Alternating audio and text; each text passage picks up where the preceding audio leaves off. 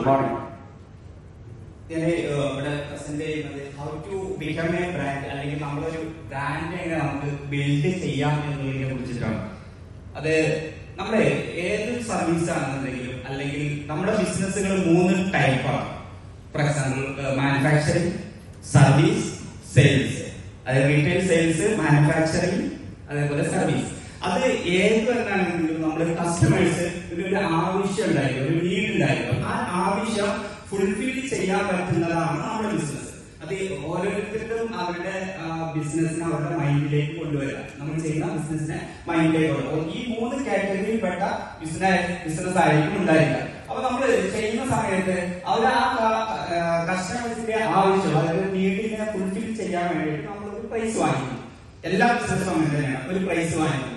ആ പ്രൈസ് നമുക്ക് ഏറ്റവും നല്ലത് നമ്മുടെ പ്രൈസ് എങ്ങനെ ഹൈപ്പ് ചെയ്ത് വാങ്ങിക്കാൻ പറ്റും, അവിടെയാണ് നമ്മുടെ പ്രോഫിറ്റ് കിടക്കുന്നത്. ആ പ്രൈസ് ഹൈപ്പ് ചെയ്ത് വാങ്ങിക്കണം എന്നുണ്ടെങ്കിൽ നമ്മളൊരു ബ്രാൻഡായി മാറണം. നമുക്കറിയാം, നമ്മളൊരു ബ്രാൻഡഡ് ഐറ്റംസ് വാങ്ങിക്കുമ്പോഴുള്ള പ്രൈസും നമ്മുടെ ലോക്കൽ സാധനം പർച്ചേസ് ചെയ്യുമ്പോൾ ഉള്ളൊരു പ്രൈസും തമ്മിലുള്ള നല്ലൊരു ഡിഫറൻസ് ഉണ്ട്. എങ്ങനെയാണ് നമ്മൾ എന്താണ് ഈ പ്രൈസിനകത്ത് വന്നിട്ടുള്ളത്? ആ പ്രൈസിനകത്ത് വന്നിട്ടുള്ള സംഭവങ്ങളാണ് നമ്മുടെ കോസ്റ്റ് പ്ലസ് പ്രോഫിറ്റ് ആണ് ആ പ്രൈസ് നമ്മൾ കൊടുക്കുന്നത്. അത് സർവീസ് ആയിക്കോട്ടെ, അല്ലെങ്കിൽ മാനുഫാക്ചറിങ് പ്രോഡക്റ്റ് ആയിക്കോട്ടെ, അല്ലെങ്കിൽ സെയിൽസ് ആയിക്കോട്ടെ, ഇതിലെല്ലാം ഒരു കോസ്റ്റ് ഉണ്ടായിരിക്കും, അതിനോടൊപ്പം നമ്മളൊരു പ്രോഫിറ്റ് ഉണ്ടായിരിക്കും. അപ്പൊ നമുക്ക് വേണ്ടത് നമ്മുടെ പ്രോഫിറ്റ് ഇൻക്രിമെന്റ് ചെയ്യണം. ഇൻക്രിമെന്റ് ചെയ്യാൻ വേണ്ടിയിട്ട്, ഇൻക്രീസ് ചെയ്യാൻ വേണ്ടിയിട്ട് വേണ്ടിയിട്ടുള്ള സംഭവമാണ് ആ പ്രോഫിറ്റിനകത്ത് കിടക്കുന്നതാണ് നമ്മൾ ബ്രാൻഡ് എന്നുള്ളത്.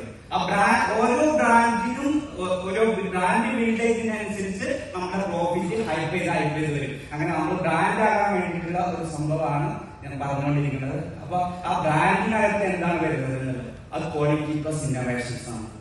എന്താണ് ക്വാളിറ്റി? ക്വാളിറ്റി എന്ന് പറയുന്നത് ഇന്നോവേഷൻസും കൂടി കൂടിയതാണ് ഒരു ബ്രാൻഡ് എന്ന് പറയുന്നത്. അപ്പൊ ക്വാളിറ്റിക്കകത്ത് കിടക്കുന്ന സംഭവമാണ് അടുത്ത സ്ലൈഡിലേക്ക് വരുന്നത്. അത് ട്രസ്റ്റ് പ്ലസ് റിലയബിലിറ്റി ആണ്.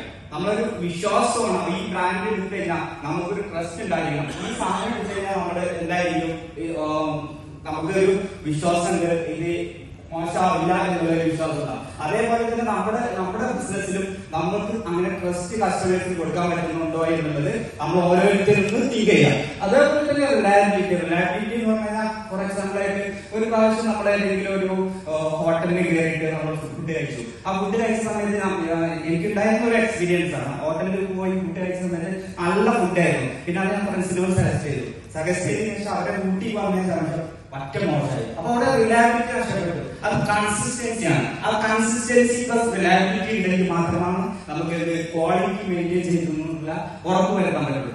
Next innovations. എന്താണ് ഇന്നോവേഷൻസ്?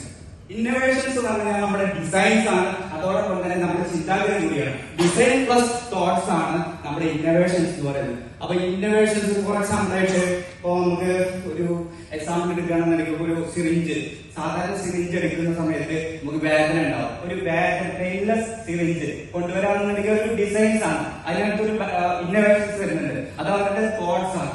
അപ്പൊ ഈ തോട്ടും ചിന്തയും അതേപോലെ തന്നെ ഡിസൈൻസും കൂടി ഇൻക്ലൂഡ് ചെയ്ത് കഴിഞ്ഞാലാണ് നമുക്ക് എന്ത് വരുമല്ലോ ഇന്നോവേഷൻസ് കൊണ്ടുവരാറുണ്ട്. അപ്പൊ ഇതെല്ലാം നിങ്ങളുടെ ബിസിനസ്സുമായിട്ട് കണക്ട് ചെയ്ത് നിങ്ങൾ ചിന്തിച്ചു നോക്കുക, എങ്ങനെ നമുക്ക് ഇന്നോവേഷൻസ് കൊണ്ടുവരാൻ പറ്റും, എങ്ങനെ നമുക്ക് ക്വാളിറ്റി റിലയബിലിറ്റി കൊണ്ടുവരാൻ പറ്റും എന്നുള്ള സ്വന്തം ബിസിനസ്സിലേക്ക് നിങ്ങളെ മൈൻഡ് പോകണം.